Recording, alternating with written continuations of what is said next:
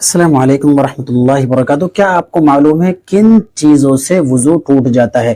وہ کون کون سی چیزیں ہیں جن سے وضو ٹوٹ جاتا ہے؟ وہ 8 ہیں۔ کتنی ہیں؟ 8 ہیں۔ ان کو نواقض وضو کہتے ہیں، یعنی وہ 8 چیزیں جن سے وضو ٹوٹ جاتا ہے وہ 8 ہیں۔ نمبر 1، پاخانہ پیشاب کرنا۔ پاخانہ پیشاب کرنا یا ان دونوں راستوں سے کسی اور چیز کا نکلنا، یعنی ان دونوں راستوں سے کسی اور چیز کا نکلنا۔ نمبر 2، ریح یعنی ہوا کا پیچھے سے نکلنا۔ کسی نے وضو کیا اور وضو کرنے کے بعد جو ہے اس کی ہوا خارج ہو گئی، ریح خارج ہو گئی، تو ایسی صورت میں اس کا وضو ٹوٹ جائے گا۔ نمبر 3، بدن کے کسی مقام سے خون یا پیپ کا نکل کر بہ جانا۔ کسی شخص نے وضو کیا، چاہے وہ خاتون ہو چاہے مرد بچہ ہو کوئی بھی ہو، کسی نے وضو کیا اور وضو کرنے کے بعد اس کے یہاں پہ زخم تھا، اس میں سے خون نکل کے بہ گیا، یا پیپ تھی اور پیپ نکل کے بہ گئی، تو اس کا وضو ٹوٹ گیا۔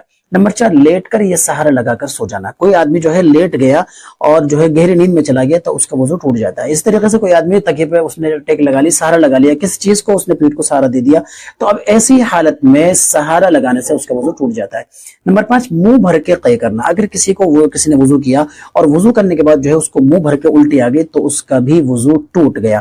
نمبر 6، نماز میں قہقہہ مار کر ہنسنا۔ اتنی آواز سے ہنسنا کہ قریب جو آپ کے برابر میں نماز پڑھ رہا ہے اس کو آپ کی آواز سنائی دے پڑے تو آپ کا وضو ٹوٹ گیا۔ نمبر 7، بیماری یا کسی اور وجہ سے بے ہوش ہو جانا۔ کوئی بیماری ہے ایسی پاگل پن کی، یا کوئی اس کو بیماری ہے جس کی وجہ سے بے ہوش ہو جایا کرتا ہے اور ایسے ہی وہ کیا نام جو ہے بے ہوش ہو گیا تو اس کا وضو ٹوٹ گیا۔ نمبر 8، پاگل ہو جانا۔ کوئی بیماری ہے اس کو اور وہ بیماری کی وجہ سے کیا ہو گیا؟ پاگل ہو گیا، جس کی وجہ سے وضو اس کا ٹوٹ گیا۔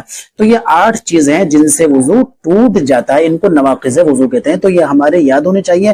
ہم نے جب وضو کیا تو وضو کرنے کے بعد جو ہے ہمارا وضو ٹوٹ جاتا ہے، وہ چیزیں بھی ہمیں یاد ہونی چاہیے تاکہ ہم یہ چیزیں یاد کر کے اپنے وضو کو بچا سکیں۔